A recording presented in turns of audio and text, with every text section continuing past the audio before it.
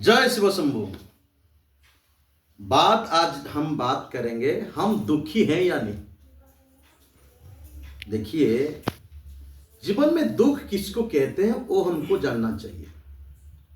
हम जिसको चाहते हैं अगर हमको मिलता नहीं है वो दुख की बात होता है।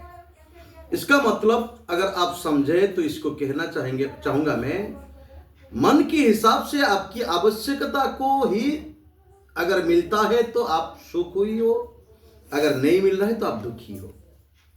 तो मन जो चाहता है अगर वही हिसाब से आपको मिलता है तो आप सुखी हो, मन अगर चाहता है तो आपको नहीं मिलता है तो आप दुखी हो। जो बात है ये हम भूल जा रहे हैं हम क्या चाहते हैं, लेकिन हमको क्या जरूरत है। अंतर इधर आता है सुख और आनंद की। सुखी और आनंद दोनों शब्द सुनने में एक टाइप का लगता है, लेकिन दोनों का संबंध बहुत अलग है। आप दान किए, प्रचुर दान किए, बहुत दान किए, लेकिन आपका इनकम कहां से आई है? ना किसी को रुलाते हुए आई है। तो आप जब दान किए तो आपको सुख मिला, बहुत प्रचुर दान किए, आपको सुख मिला, लेकिन आप भूल गए कि मैं इतना अर्थ दान की, लेकिन ये दान करने के लिए पैसा मैं कहां से लाई? किसी का रोते हुए पैसा भी उसके साथ जुड़ा हुआ है। तो ये आपको सुख देगा, आनंद नहीं देगा। अगर आप खाने के लिए बैठे हो, आप प्रचुर दान नहीं कर सकते हो, लेकिन आप खाने के लिए बैठे हो, कोई आके अगर मांग दिया कि मैंने खाना नहीं खाया, आपने आपकी भोजन को किसी को अर्पण कर दी, आप भूखा रह गए, तो आप सुखी नहीं बने, लेकिन आप आनंद प्राप्त किए। क्योंकि जो बात ज्ञान के साथ जुड़ा होता है वो आनंद प्राप्त करता है, जो बात मन के साथ जुड़ा होता है उसको हम सुख कहते हैं। तो अभी आता है कि हम डिस्कशन करेंगे कि मैं ये कहना चाहता हूं कि शायद बहुत लोगों को लगता है कि दुनिया में मैं दुखी हूं, दुनिया में मैं दुखी हूं, दुनिया में मैं दुखी हूं। भगवान को कभी थैंक यू कहने के लिए हमारी मन नहीं कह रहा है। अगर भगवान के पास हम जाते हैं तो एक ही बात कहते हैं, आपने ये नहीं किया, आपने एक ही नहीं किया, आपको ये करना चाहिए था, आपको मुझे ये देना चाहिए था। तो इस बात को समझिए, हम जब जाते हैं ना तो हमारे डिमांड को हम फुलफिल करने के लिए ही माथा टिकाते हैं, लेकिन हमको क्या जरूरत है वो हम नहीं मांगते। हमको क्या जरूरत है अगर हम मांगना शुरू करें, अगर जो मुझे मिल रहा है वो मुझे जरूरत थी, ये बात को अगर मैं दिमाग पे रख लूं तो इसमें आनंद मिलेगी। अगर परिवार की बात किया जाए तो आप किसी का टेंशन में हो, आप बोलते हो कि बीवी का टेंशन में हो, आप बोलते हो कि बच्चों का टेंशन में हो, आप बोलते हो कि गाड़ी की टेंशन में हो, आप बोलते हो कि नौकरी की टेंशन में हो। तो आप हमेशा टेंशन पे टेंशन टेंशन टेंशन टेंशन, आपके दिमाग पे घुसा रखा है कि मैं टेंशन में हूं। पहले हमको समझना चाहिए टेंशन क्या है। जहां पर मैं सलूशन नहीं निकल पा रहा हूं, बीच में खड़ा हूं, ये हमारे लिए टेंशन की बात है। अगर मुझे सलूशन मिल गया तो टेंशन चला जाएगी। प्रॉब्लम सलूशन जब तक नहीं मिला उसी समय से टेंशन, प्रॉब्लम क्रिएट होगी जीवन में। अगर सलूशन मुझे मिल गई तो ये टेंशन वाली बात दिमाग से चली जाएगी। आप समझिए, अगर आप कह रहे हैं आपकी बच्चापन नहीं रहा है, आप कह रहे हैं कि मेरा इंप्रूवमेंट नहीं हो रहा है, आप कह रहे हैं कि पैसा मुझे जितना भी कमा रहा हूं हो नहीं रहा है, आप कह रहे हैं कि बीवी मेरी बात नहीं मानता है, आप कहते हैं कि बेटे को ऐसे होना चाहिए, ऐसे नहीं हो रहा है। तो देखिए, मैं आपको एक फिगर दे रहा हूं, शिव तत्व के ऊपर एक फिगर दे रहा हूं। शिव जी बैठे हैं, गले में कौन है? सांप है, देखे ना आपने। अच्छा, उसके साथ भी उसका परिवार के साथ फोटो में आपके सामने रख रहा हूं। शिव जी बैठे हैं, उनके पास पार्वती जी बैठे हैं, उनके पास कार्तिक जी बैठे हैं, उनके पास भी गणेश जी बैठे हैं। तो ये अगर आप देख रहे हैं तो आपको कितना सुंदर लग रहा है। आप सोच रहे हैं कि ये सुख का संसार है, वास्तविक ये सुख का संसार है, लेकिन उसका पीछे को थोड़ा जाइए तो शिव जी का वाहन कौन है? मूषिक महाराज। सॉरी, मैं गलत से कह दी। मूषिक महाराज किसका वाहन है? गणेश जी की वाहन है। लेकिन शिव जी का गले में कौन है? सांप है। तो बताइए, अगर ये सांप और मूषिक ये भी शिव जी का एक परिवार के सदस्य है या नहीं है? उसका संपर्क क्या रहेगी? शिव जी के गले में सांप है, लेकिन कार्तिक जी वाहन कौन है? मयूर है। मयूर और सांप की क्या जमेगी? ये आपने देख ली। और भी देखिए, शिव जी का वाहन कौन है? नंदी महाराज है। दुर्गा जी का वाहन कौन है? सिंह है। तो सिंह, शेर और जो नंदी महाराज वृषभ, उनका संपर्क क्या बनेगी? तो बताइए, अगर इतना सारी चीज को संसार में रहता है, अगर इस सारी चीज को साथ में लेके चलना ये शिव तो ही होता है। आपके जीवन में क्या है? आपके पास पैर है लेकिन चप्पल नहीं। बात हुई है ना, आप टेंशन में हो। आपकी बेटा है फिर भी बेटा ऐसे नहीं हो रहा है। आपके पास कमाई है फिर भी आप बोल रहे हैं कि मेरे को इतना नहीं हो रहा है। इसका मतलब क्या है? आपके पास पैर है इसलिए आप कमा पा रहे हो। आपके पास कुछ तो है ना, कुछ तो है। इसी का लेकर के आपने डाउट कर रहे हैं, इसी का लेकर के आपने सोच रहे हैं कि ये मेरा कमी हो रहा है, ये मेरा कमी हो रहा है। तो इसी का मतलब आपके पास पैर भी है और चप्पल भी है, लेकिन आप चाहते क्या हो? ब्रांडेड जूता की, ये आप चाहते हो। मान लो आपको ब्रांडेड जूता मिल गई, उसके बाद आपकी एंड होगी? नहीं। आप क्या सोचेगी? उसके बाद साइकिल, उसके बाद फोर व्हीलर, उसके बाद हेलीकॉप्टर, उसके बाद जेट, उसके बाद चंद्रपृष्ठ में जमीन खरीदना। भाई उम्र तो खत्म है ना, जाकर के बैठो उधर। क्या मिले आपको? ओ जो जमीन अपने चंद्रपृष्ठ में खरीदी थी, उधर जाके बैठोगे। अगर आप ये संसार को देख लीजिए, महाकाश को देख लीजिए, आपको दिखाई देता है ना चंद्रमा के ऊपर और भी कुछ है या नहीं है? चंद्रमा के ऊपर बहुत सारे तारे हैं। अगर आपकी उम्र खत्म हो जाता है कि चंद्रमा में जमीन खरीदते खरीदते, लेकिन आप पहुंच पाएंगे क्या उधर? नहीं पहुंच पाएंगे, आपका उम्र खत्म। तो ये होता है जीवन की टेंशन। इसलिए आपको अगर ब्रांड की जूता की चाहिए तो ये आपकी मन की आवश्यकता है, लेकिन आपको खुश रहना चाहिए कि मेरे पास पैर भी है, चप्पल भी है। अगर किसी के पास पैर नहीं है, बताइए ये कितना दुखी होगा? अगर आप बोल रहे हैं कि आप दुखी हो, चप्पल होते हुए, पैर होते हुए, किसी का पैर नहीं है वो कितना दुखी है? इंसान हमेशा उनका मन को लेकर के ऊपर दिखता रहता है, लेकिन ऊपर जितना भी दिखता है ना, उधर तक पहुंचने के लिए उसका उम्र नहीं बचता। ये दुख की कारण होता है। अगर कोई नीचे देखे तो कितना हाइट पे खड़ा है वो इंच इंच तक बता सकता है। कभी भी दुखी नहीं होगी। आपकी दुख है, मैं मानता हूं, क्योंकि आप सलूशन को नहीं पा रहे हो।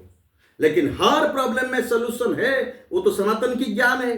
आपकी प्रॉब्लम क्या है, उसका सलूशन ये है, लेकिन आप सलूशन को मान नहीं पा रहे हो। अगर जो भी सलूशन है आपकी फर पे नहीं जा रहा है, आपको सपोर्ट नहीं कर रहा है, आप इस सलूशन को नहीं मान पा रहे हो।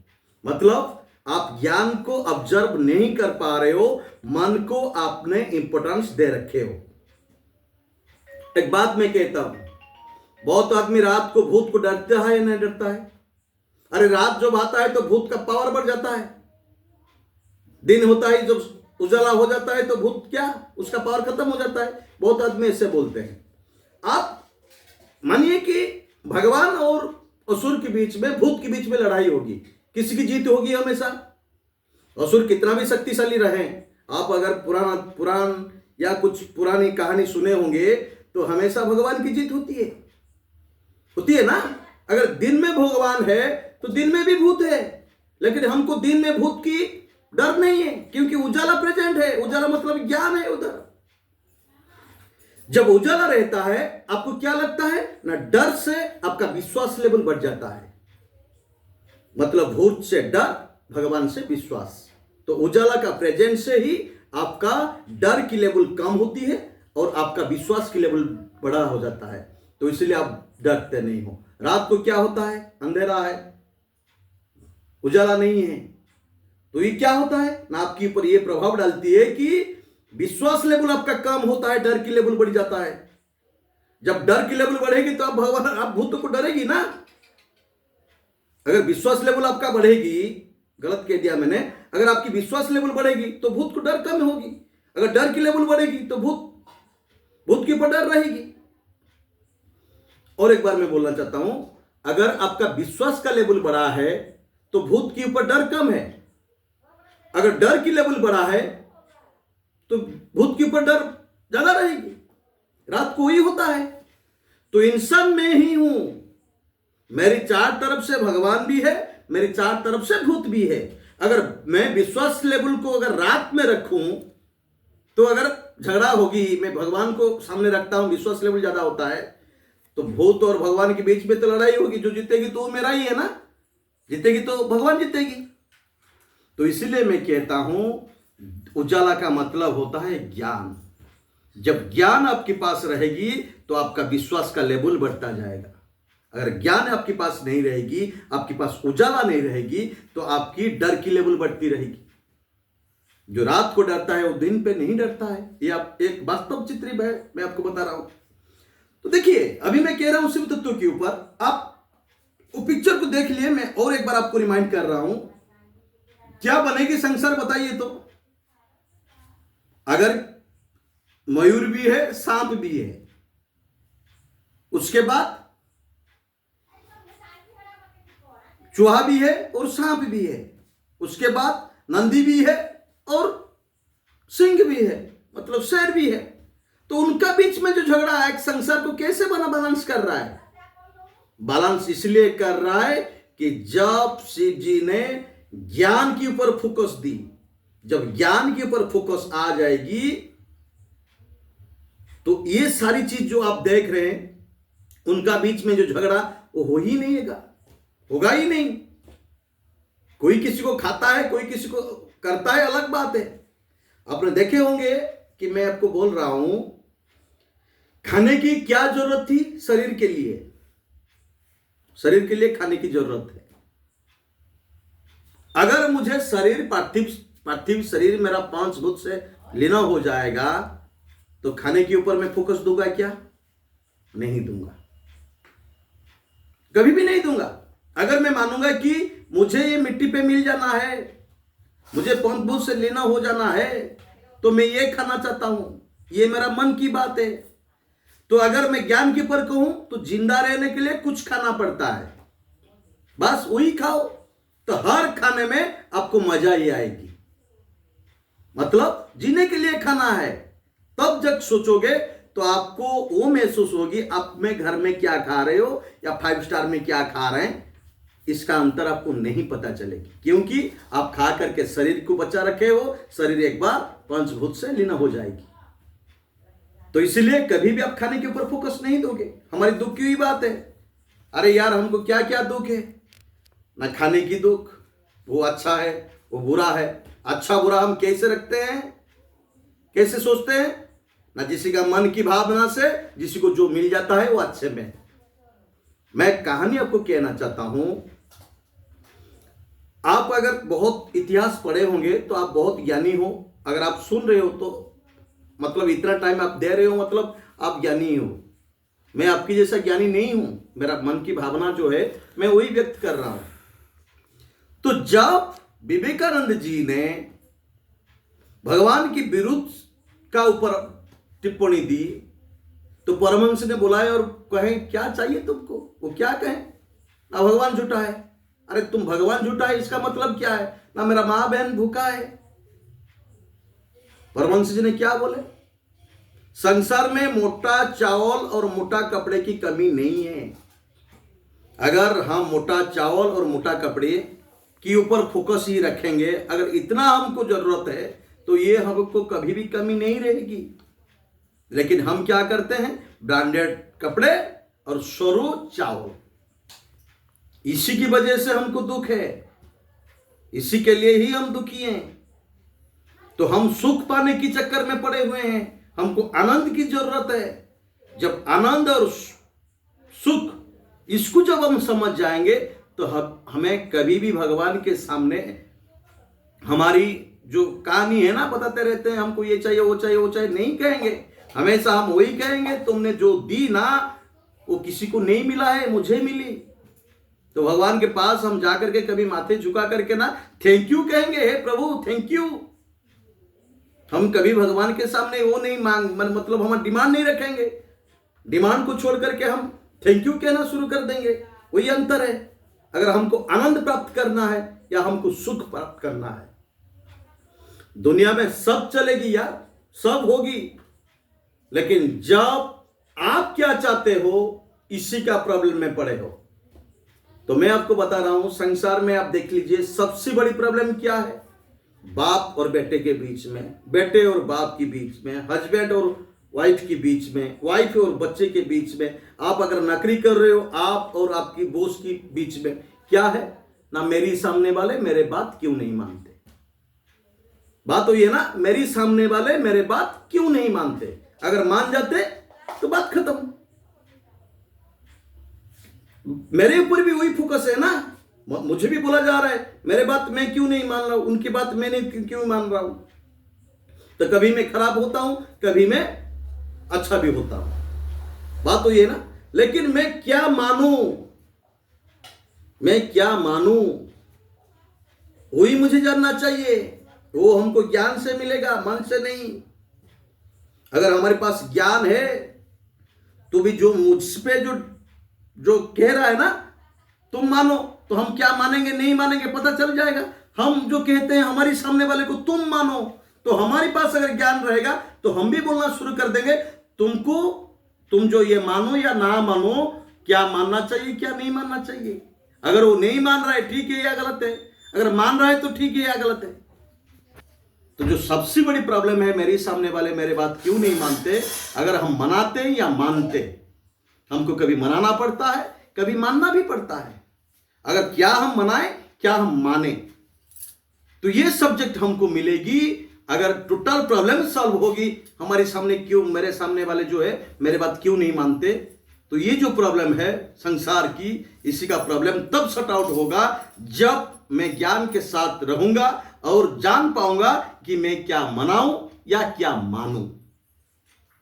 जब मैं क्या मनाऊंगा उसी के ऊपर मेरा नॉलेज है, अगर मैं क्या मानूंगा उसी का ऊपर नॉलेज मेरा है, तो टेंशन रहेगी क्या, टेंशन कभी भी नहीं रहेगी। तो अरे यार संसार में हम आए खुश के लिए यार, खुशी के लिए, आनंद प्राप्त करने के लिए, जिंदगी को जीने के लिए। तो जिंदगी को जीने के लिए क्या मिलेगा, कैसे पाएंगे हम जिंदगी को जीने के लिए जो खुशी है, जो शांति है, जो आनंद है, वो कहां से मिलेगी। वो खुशी से नहीं मिलेगी, वो आनंद से ही मिलेगी। आनंद, अगर आनंद प्राप्त करने के लिए अगर मैं जिज्ञासा रखूं खुशी को छोड़ करके, तब जाके मुझे मिलेगी।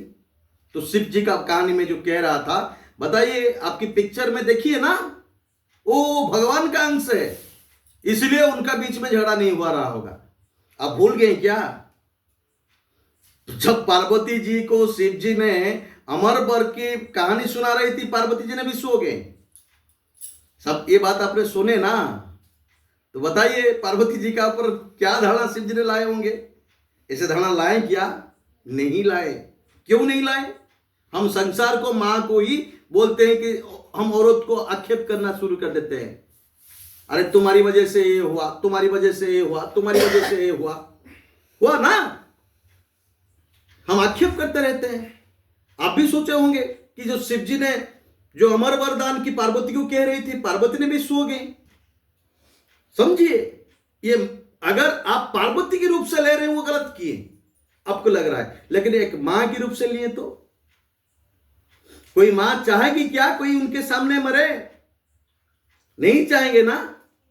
कोई मां चाहेगी क्या जीने के लिए, जो उनका बच्चा तड़प रहा है, जीने के लिए मांग रहा है, मां देगी या नहीं देगी।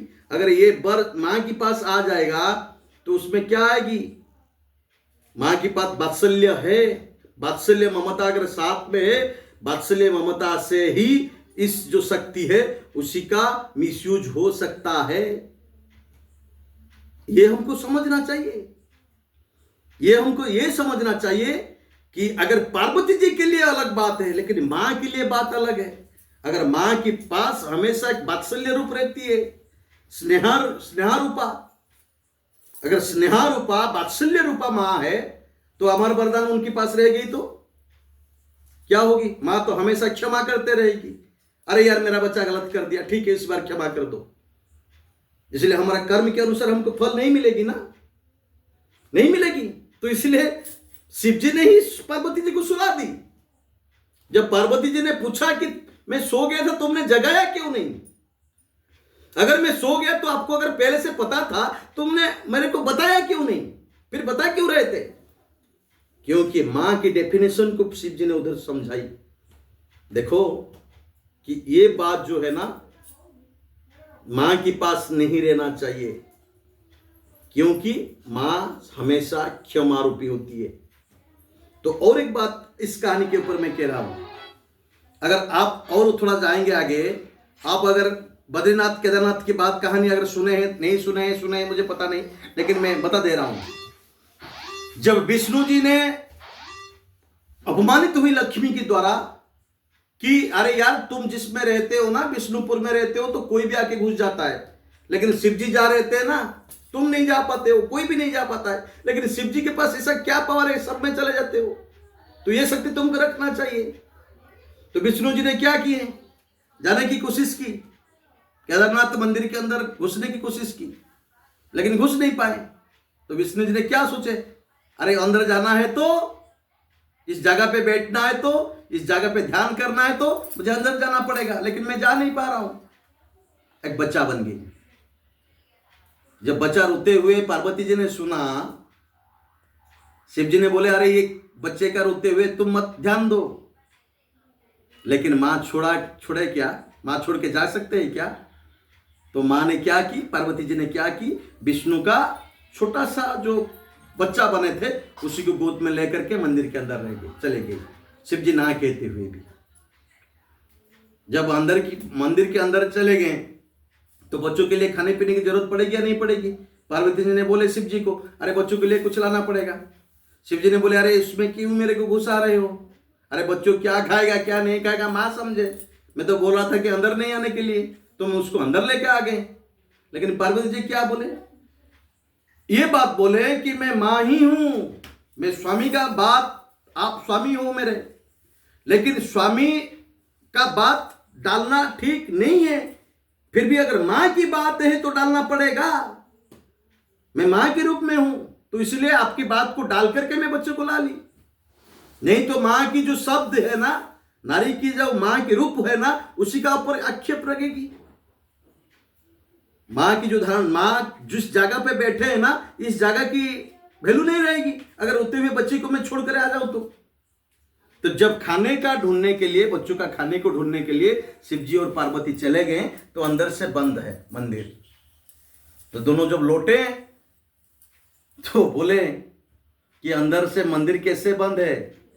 ना मैं बोल रहा था अंदर तो कोई बैठा है, बच्चे के रूप से आकर के बैठे हैं। तब जाके जब दरवाजा शिव की द्वारा दरवाजा खुली तो देखे कि नारायण ने जोग मुद्रा में बैठे। तो शिव जी ने बोले ठीक है उनको बैठने दो, हम चलते हैं। ये कहानी मैं क्यों कह रहा हूं? क्योंकि शिव जी के पास मां भी बैठे हैं, तो मां के प्यार से ही शेर और बैल जो नंदी उनकी बैलेंस रहती है। तो इसलिए मैं कहना चाहता हूं दुनिया में कोई दुखी नहीं है, संसार में कोई दुखी नहीं है, उनका सोच है, उनका भावना है। बताओ शिव जी ने घर छोड़ के चली गई या नहीं चली? नारायण को दे दी या नहीं दी? बताइए, दिए ना। लेकिन आपके घर में क्या हो रहा है ना, अभी कुत्ता आप रख रहे हैं। कुत्ता क्यों रख रहे हैं ना? इंसान को भगाने के लिए।